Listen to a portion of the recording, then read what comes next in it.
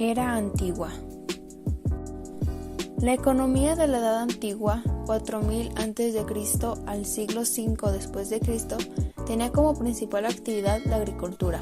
Aunque inicialmente se buscaba el autoabastecimiento, posteriormente surgiría el trueque o lo que actualmente conocemos como comercio, que es el intercambio de bienes. Es evidente que la agricultura y la ganadería eran grandes actividades económicas de la Edad Antigua. Sin embargo, el comercio se realizaba a través del trueque. Para ello se comercializaba con los excedentes de producción, aunque posteriormente aparecieron las monedas, lo que daría un gran empujón al comercio. También en el desarrollo del comercio influyeron notablemente los avances en la agricultura y en la artesanía, pues estos avances permitían una mayor oferta de bienes para el trueque, o sea que gracias a estos había una mayor variedad para que se pudiera dar el comercio. Para comprender mejor qué tipo de economía se daba en la Edad Antigua, analizaremos cómo era la actividad económica en sus civilizaciones más importantes. Economía en la Edad Antigua, Mesopotamia. Las tierras situadas entre los ríos Tigris y Éufrates constituyen lo que se denomina Mesopotamia, lugar donde surgieron ciudades como Babilonia. En ese territorio proliferaron ciudades-estado que contaban con la producción de las zonas colindantes. Estas ciudades-estado terminarían uniéndose para formar verdaderos imperios. Al ser la agricultura la principal fuente de riqueza, las inundaciones constituían una amenaza para el bienestar de los habitantes de Mesopotamia. Por ello, se pusieron manos a la obra para canalizar el agua y crear técnicas de irrigación. Gracias a los ingresos que proporcionaba la agricultura, era posible mantener a los reyes y sacerdotes. Templos y palacios reales eran el gran centro neurálgico de la economía. En cuanto a la gestión de los tributos, los escribas contabilizaban los impuestos recaudados. Posteriormente, y debido a su particular ubicación entre dos ríos, el comercio florecería en Mesopotamia. Gracias a ello surgieron las monedas como medio de pago y aparecerían los préstamos. Economía de la Edad Antigua, Egipto. La organización económica del antiguo Egipto era muy similar a la de Mesopotamia, pues ambas civilizaciones habían surgido junto a los ríos. La agricultura y la ganadería eran la base de su economía. No obstante, en las etapas del año en que no había que cultivar la tierra, la fuerza laboral era empleada en la construcción de grandes obras e infraestructuras, como canales, pirámides y templos.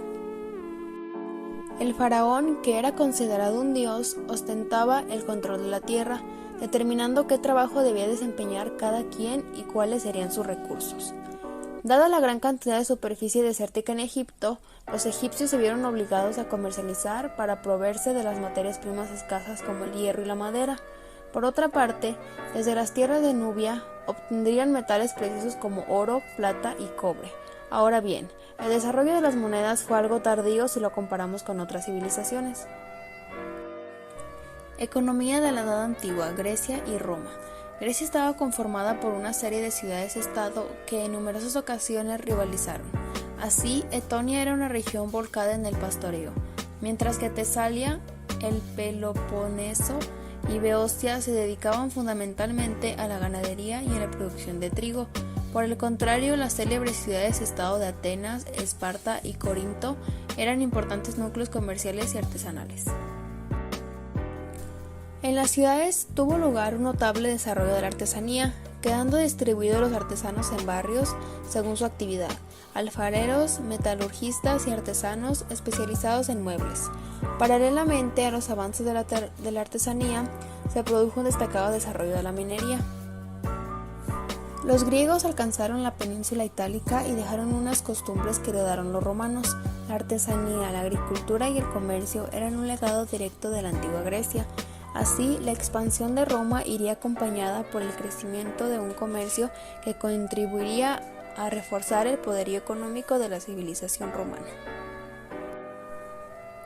Las conquistas de Roma incrementaban su riqueza, pues con cada territorio que caía en su poder se apropiaban de nuevas tierras, ganado y esclavos.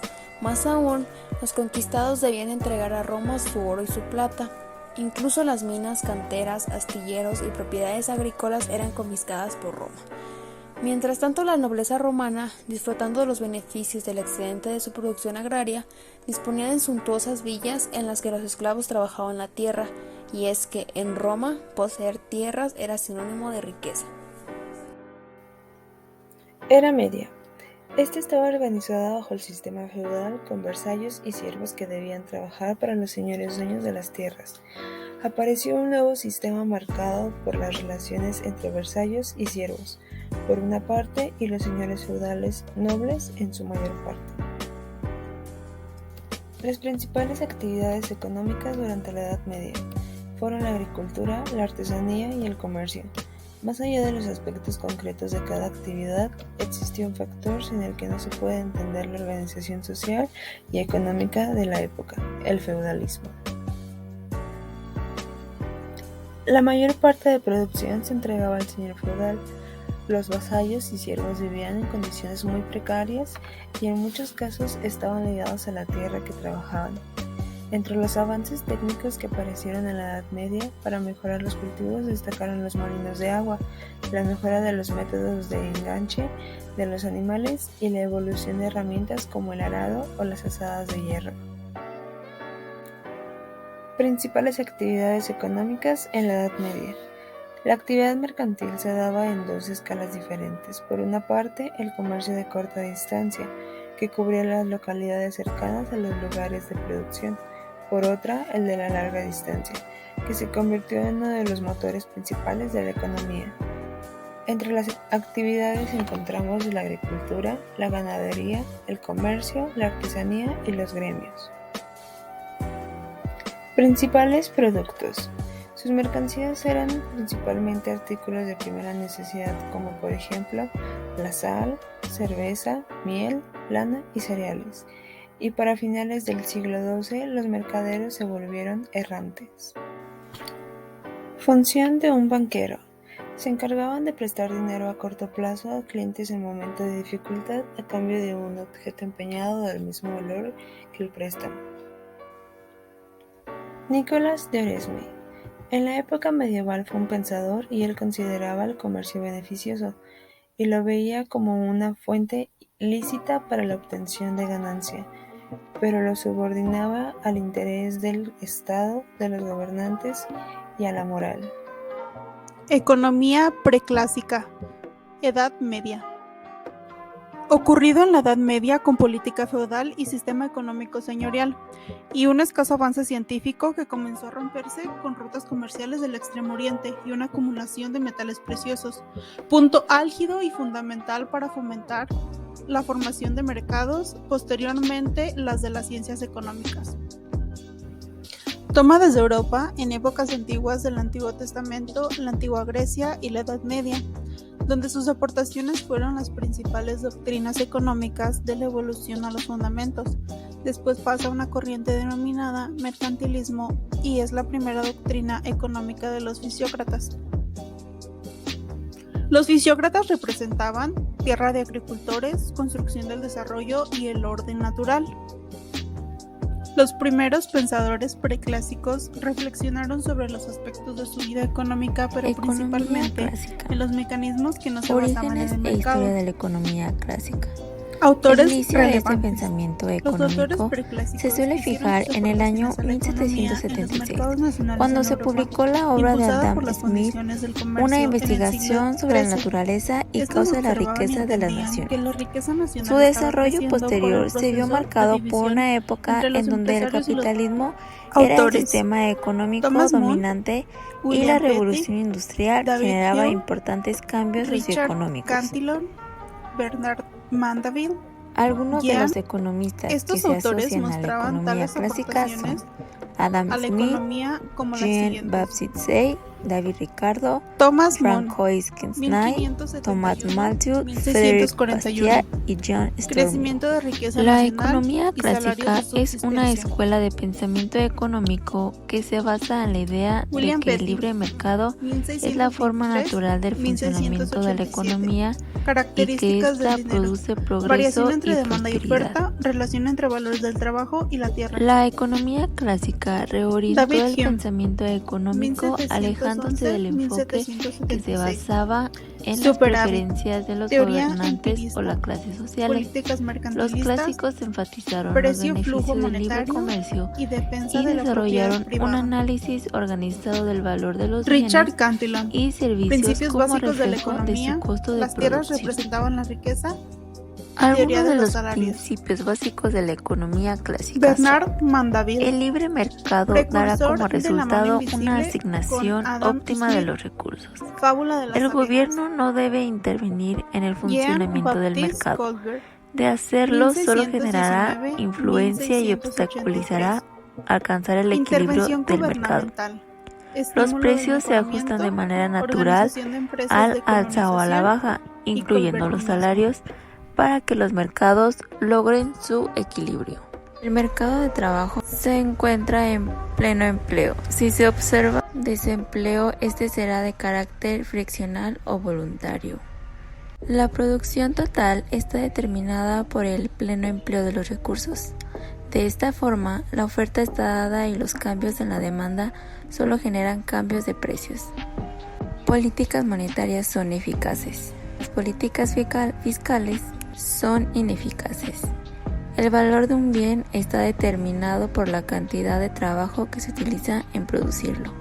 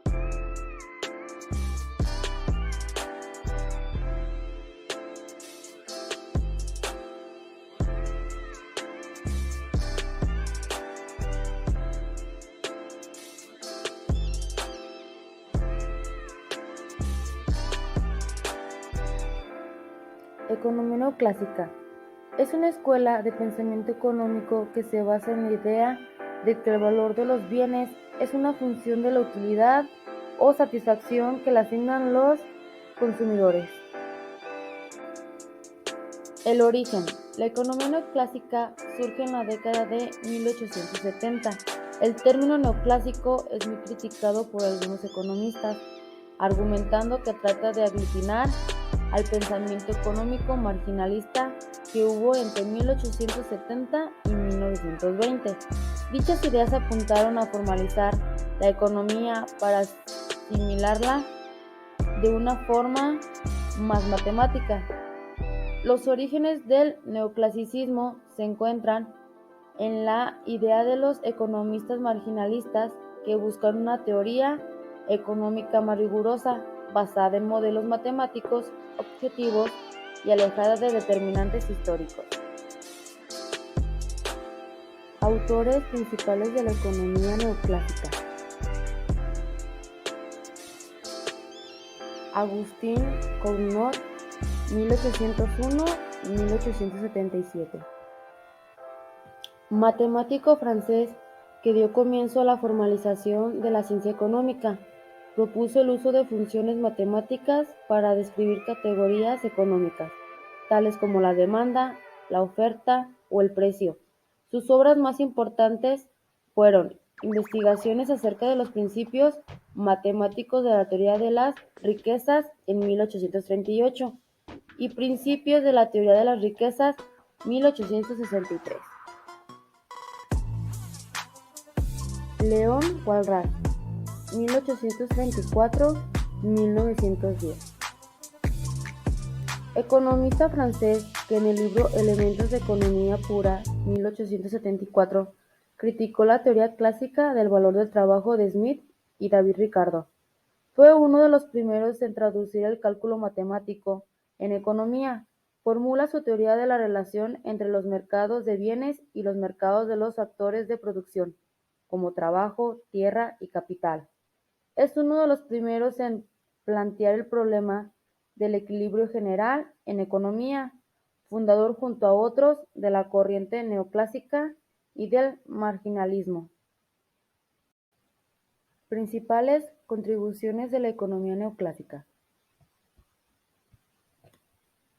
Consideran una estrecha relación entre matemáticas y economía, introduciendo modelos matemáticos y teorías para representar el comportamiento económico. Determinan la relación económica entre el precio y las variaciones de la oferta y demanda. Descartaron el trabajo como única fuente del valor económico, proponiendo que sea la utilidad y las preferencias de los consumidores. Entendieron la utilidad como la relación entre las mercancías que consume un individuo y por lo tanto un acto de valoración individual, es decir, es el consumidor y no la mercancía quien otorga el valor de un bien o mercancía. La economía ricardiana es un modelo económico del comercio internacional introducido por David Ricardo para explicar el patrón y las ganancias del comercio en términos de ventaja comparativa. Supone una competencia perfecta y un único factor de producción, la mano de obra, con requisitos constantes de mano de obra por unidad de producción que difieren según el país del que se trate. La escuela neorricardiana se caracteriza por su rechazo al individualismo subjetivo y a la consideración de la oferta y la demanda como determinantes de la distribución del ingreso.